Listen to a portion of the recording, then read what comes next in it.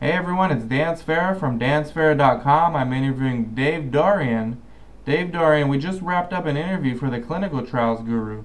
Dave's a consultant for a lot of biotech companies, a lot of pharmaceutical companies, CROs, a lot of companies in that space.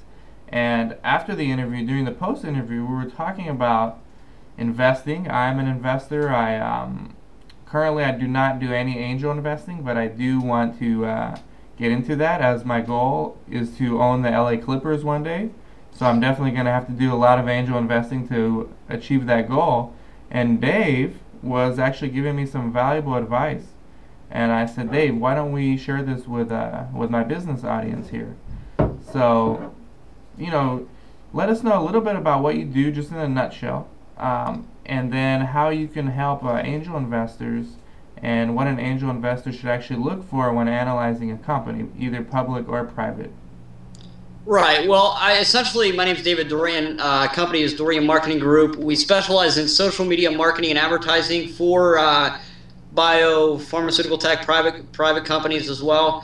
And what we were talking about is that when an angel investor or a hedge fund investor or anything like that wants to go out and do research for companies, what we like to do with the investor, from the standpoint of representing the investor, is go out and actually do the research for them. So they'll give us a niche market or a target market, and we'll actually utilize all the social media channels to see whether or not they have that presence, what they're posting, what their articles are about, what their stocks have been doing for the past 6 to 12 months, and then we kind of bring back all this information to the investor and say, yes, it's probably going to be a good investment, or no, it's not going to be. This is a new niche that I want to jump into, is helping investors find companies to invest in so that down the line they can place their money smartly, as opposed to placing it from a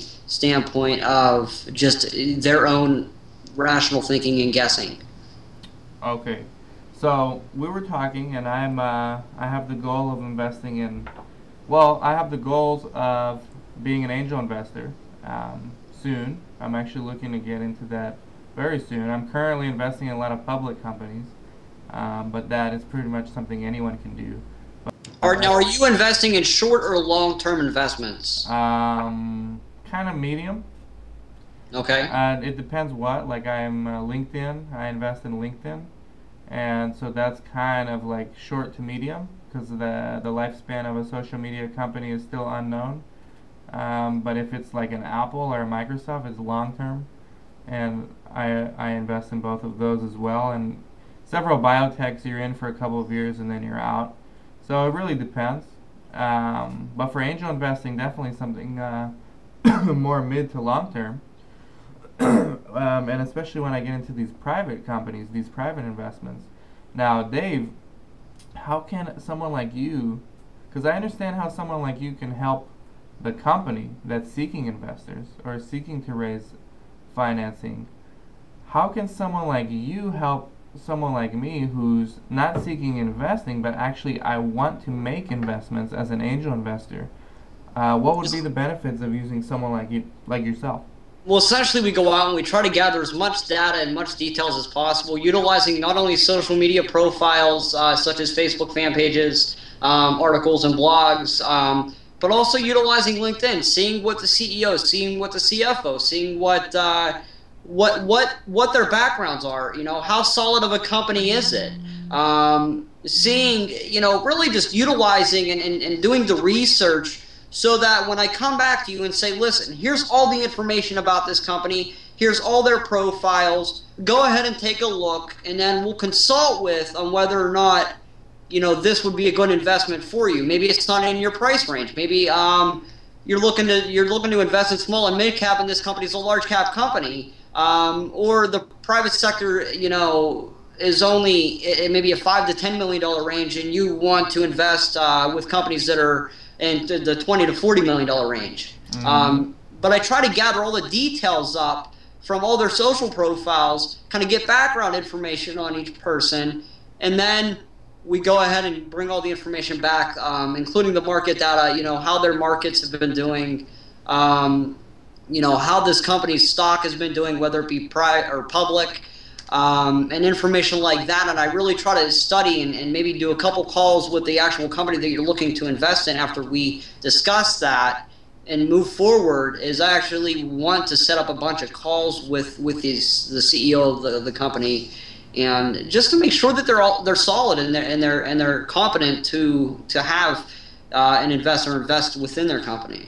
So the company would theoretically have made contact with you at one point or another, and then someone like myself who's looking to get into angel investing or make an angel investment would contact you, and you would find the right match, I guess, between the two of us through your contacts and as well as matching it with what I'm looking for, right? I would actually seek out, you would seek out as an investor to me, give me your criteria, and I would go out and seek companies that would match that criteria, get all the study and data from them, and then bring it back to you.